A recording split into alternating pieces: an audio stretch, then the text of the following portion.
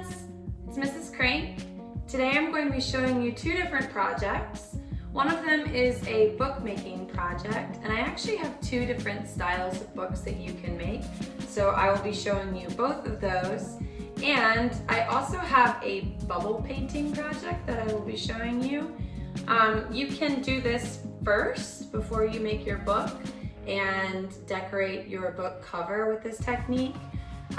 Or you can just use this technique for fun to decorate paper and maybe turn it into a card or something like that. So you can either stick around for the bookmaking tutorial, or you can watch the bubble making or bubble painting. It's totally up to you, or you can do the whole entire thing. So if you are looking to make a book today, you're going to need a couple different supplies depending on which style you make. I have some different types of paper just lying around my house. I've got lots of notebook paper, which is thin, so it's good for the pages. It's a lot easier to fold. And then I've got a little bit of cardstock, which is thicker paper. This makes really nice covers.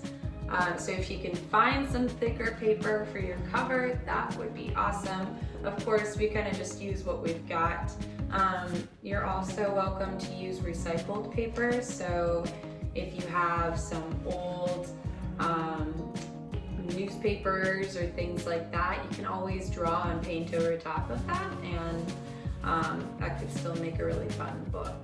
You're also going to need some glue. If you have a glue stick, that works as well. It might even work a little bit better, but this is all I've got at my house. And you'll need some tape. You can use just regular Scotch tape, or you can use duct tape, or you can use washi tape. This really fun decorative tape that I happen to have. But that is for one of the styles of books, and the glue is for the other. So depending on which one you make, you might not need both. For the bubble painting, you are going to need some paper that you're going to paint. You're going to need some paint. I happen to have some acrylic paint lying around. You can also use food coloring if you have some of that, but you don't want to water it down very much because it's already liquid, so you would use even less water than the amount that I'll tell you about for the bubble painting. So I've got some acrylic paint. You're gonna need some dish soap. This is the most important ingredient because it will be the reason behind all the bubbles. You're gonna need a straw, and you'll also need a short cup. This is actually a glass from yogurt. It's an old yogurt container that I am recycling.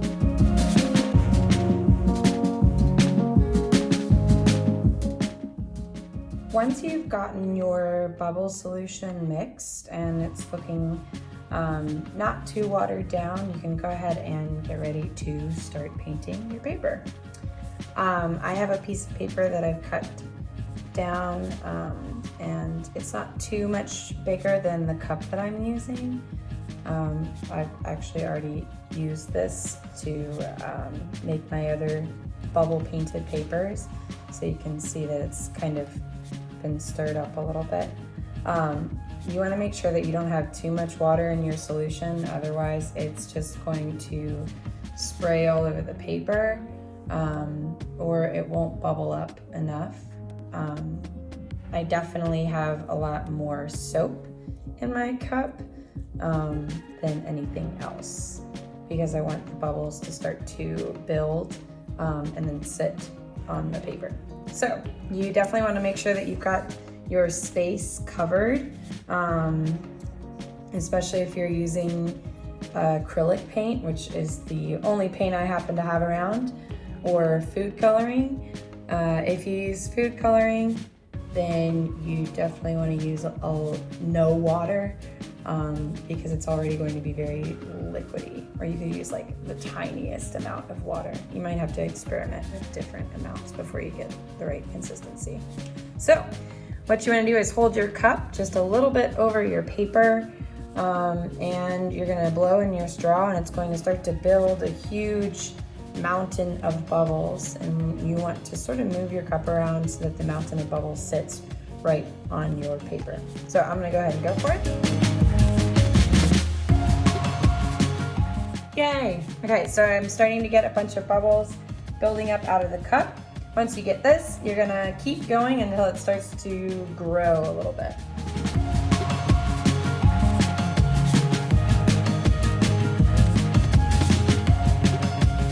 So the bubbles are going to start to fall over the side of the cup.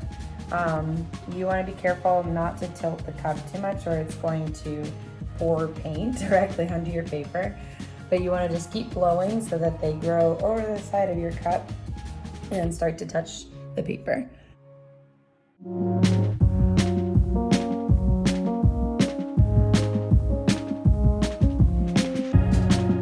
So you can see that the bubbles are starting to pop on their own. Once you have covered your entire paper with your mountain of bubbles, you want to let them sit for however long it takes for them to pop naturally. This is probably the hardest part because you want to start popping the bubbles, but if you do that, then you won't get the same pattern that you would have if you let them do their thing. So I went ahead and tried to cover most of my paper. You might not get every spot, but that's okay. I kind of like the way it looks and it adds to the effect. Again, you want to make sure that you have plenty of soap in your solution so that you can build up a lot of bubbles and not too much water, or it's just going to cover the entire paper in a wash. Now that my bubbles are starting to pop a little bit more, I can see that this solution probably had a little bit too much water, especially these areas where it's just kind of a solid wash of pink. But on some of my previous attempts, like this one, you can see more of the bubble pattern, and that's because I had less water and more soap. So it might take a little bit of experimenting and trying different amounts of each solution, or each thing in your solution before you figure out what works for you and which pattern you really like. So I'm gonna let this sit for a little while, let it dry before I use it to create a book. Okay, so for the first book style, you're going to need some glue, tape, your cover, which I have already painted using the bubble painting technique, and I've folded it in half. There's the cover of my book. And you'll also need some pages. So to make the pages, I just got some scrap paper and I cut it down to a size that's just a little bit smaller than my cover. So you can see when I set it on the inside like this, it's not exactly the same size as my cover. There's still some space around it.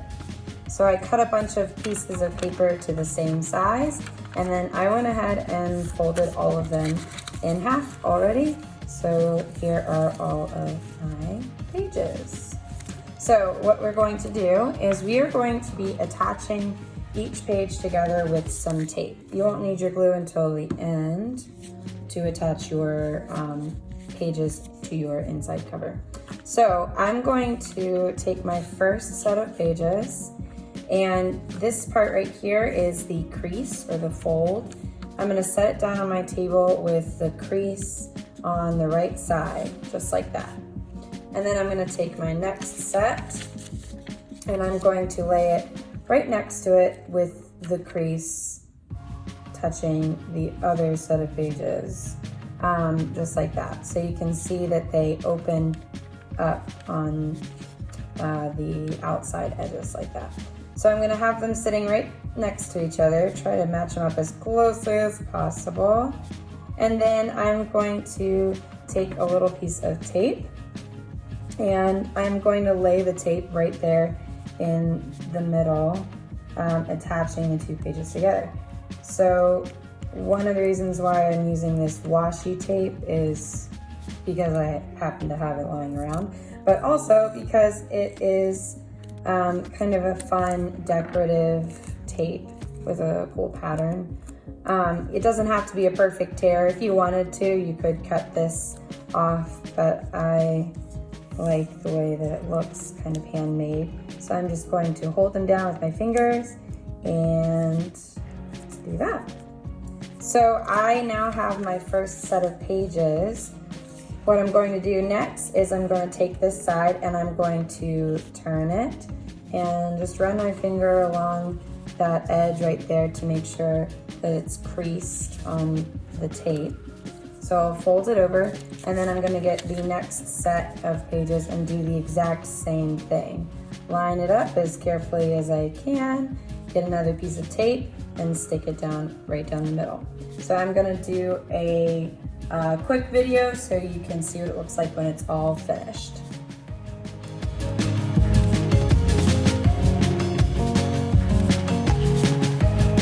So I have attached all of my pages together.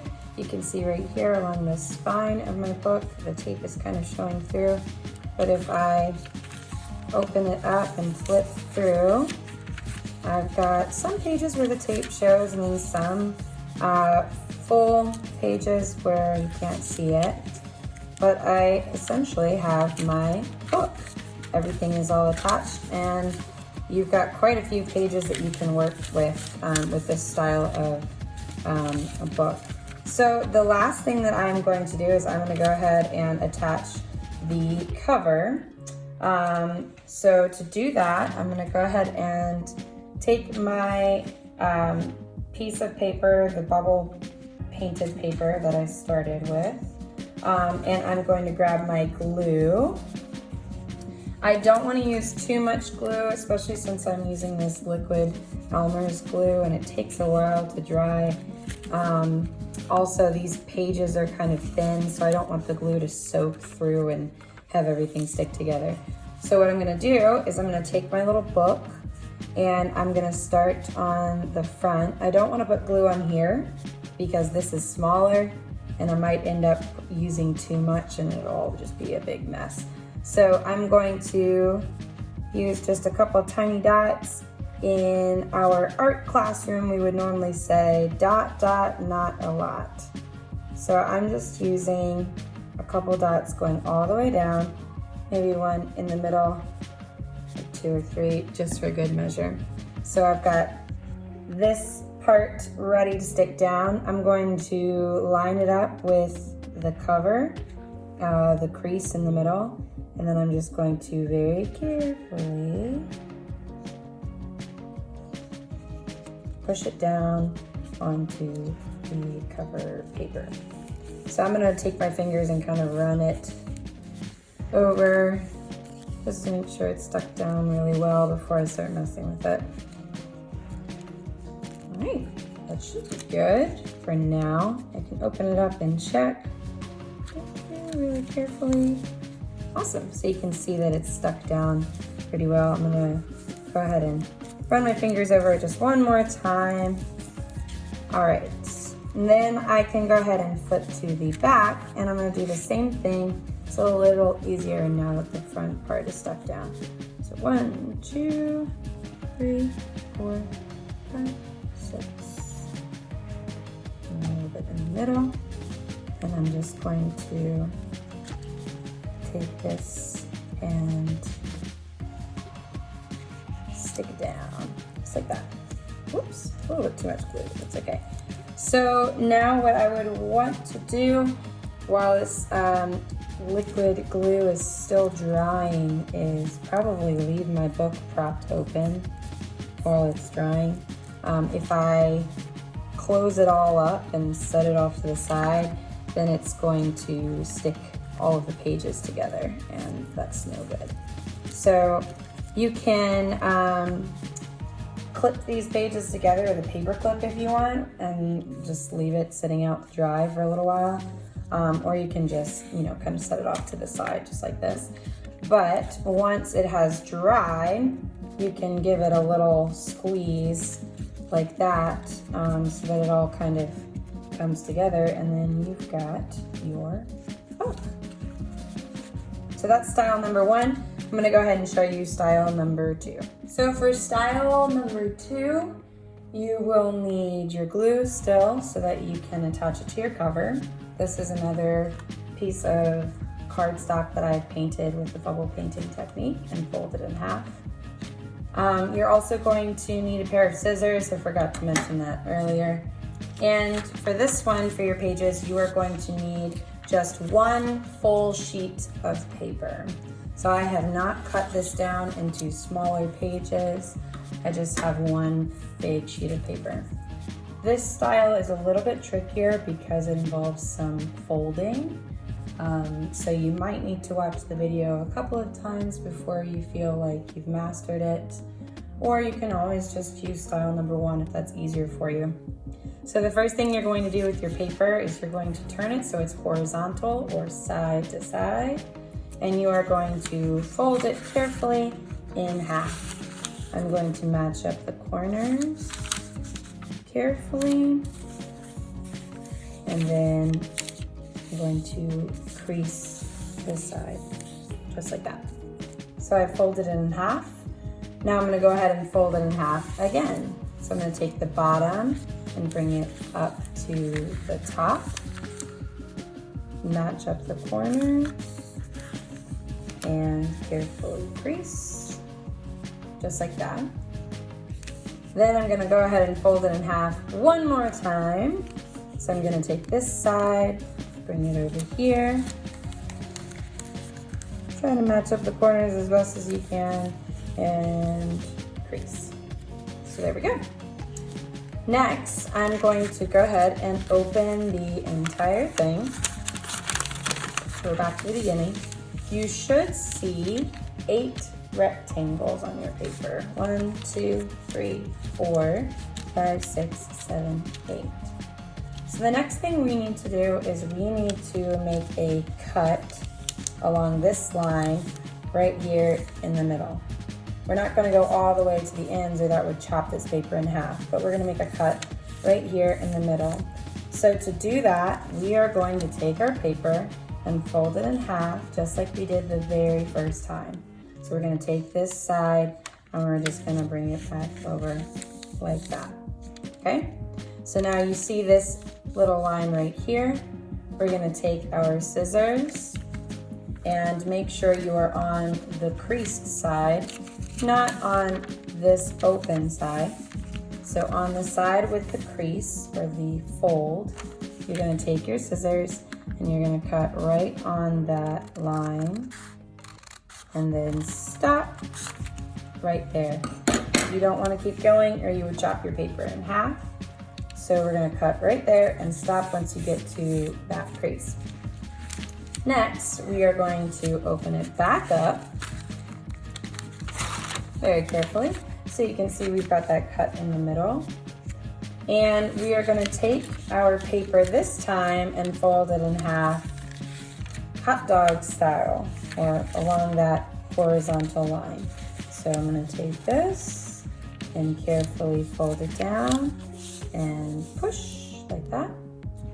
Now this is where it gets a little tricky. You're going to take your paper and pick it up, and my crease is right here along the top. This is all open down at the bottom. So I'm going to hold it like this with the crease on the top, and I am going to take the ends and start to push them in closer and closer together until it turns into like this X sort of shape. So you can see that the paper kind of wants to fold like this. So we're just going to push until it does that.